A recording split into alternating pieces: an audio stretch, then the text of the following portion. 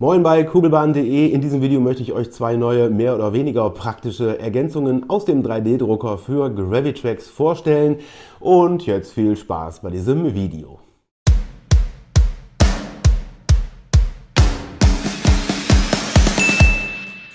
Bei dem ersten Teil werdet ihr jetzt wahrscheinlich sagen, das gibt's doch schon. Im Prinzip gibt es das auch schon. Es handelt sich hier um eine Balkonerweiterung.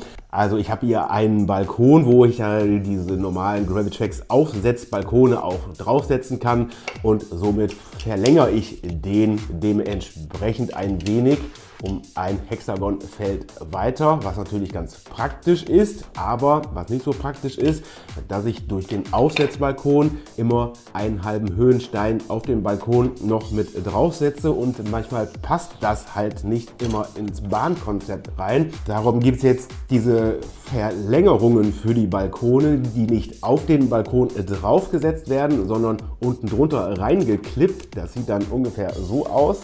Sitzt natürlich ein bisschen stramm, weil die Kraft das ja nach unten zieht und dann muss es natürlich ein bisschen halten.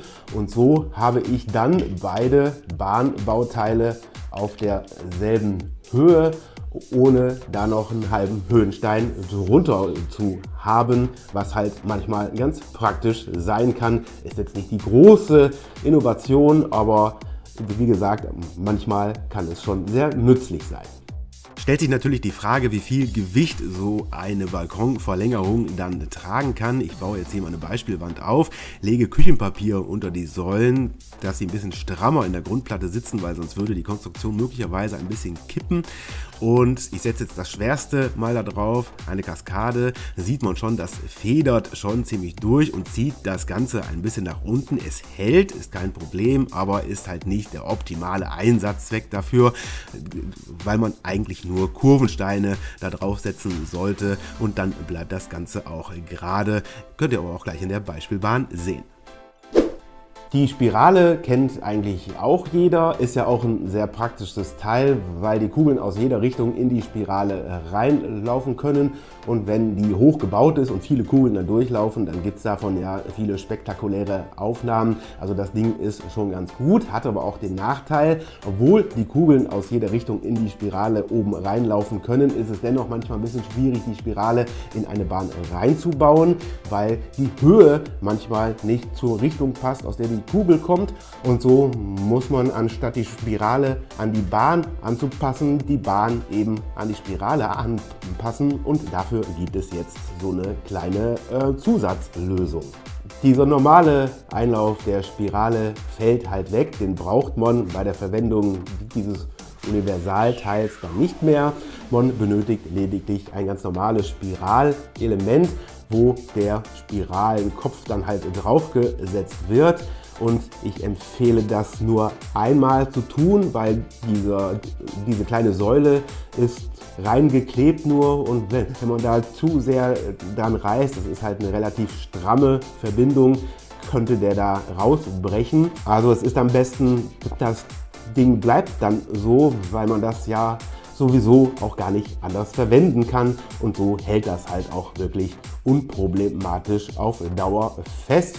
Und so wie es jetzt hier ist, wird das dann einfach auf die Spirale draufgesetzt, und schon können die Kugeln aus wirklich allen Richtungen in die Spirale reinlaufen und ihren Weg da durchnehmen. Gibt es jetzt natürlich auch gleich noch in einer Beispielbahn zu sehen, wie das Ding genau funktioniert.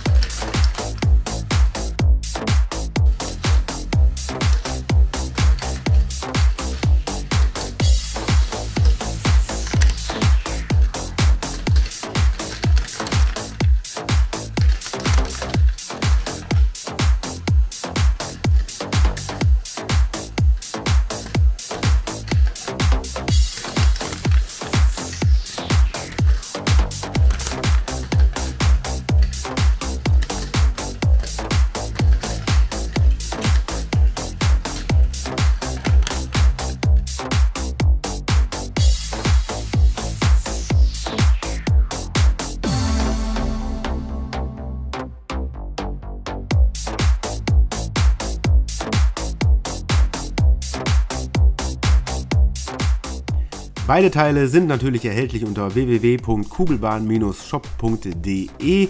Lasst ein Like da, abonniert kugelbahn.de und aktiviert natürlich auch das Glöckchen, denn dann werdet ihr informiert, wenn es hier ein neues Video gibt. Vielen Dank fürs Zuschauen und tschüss.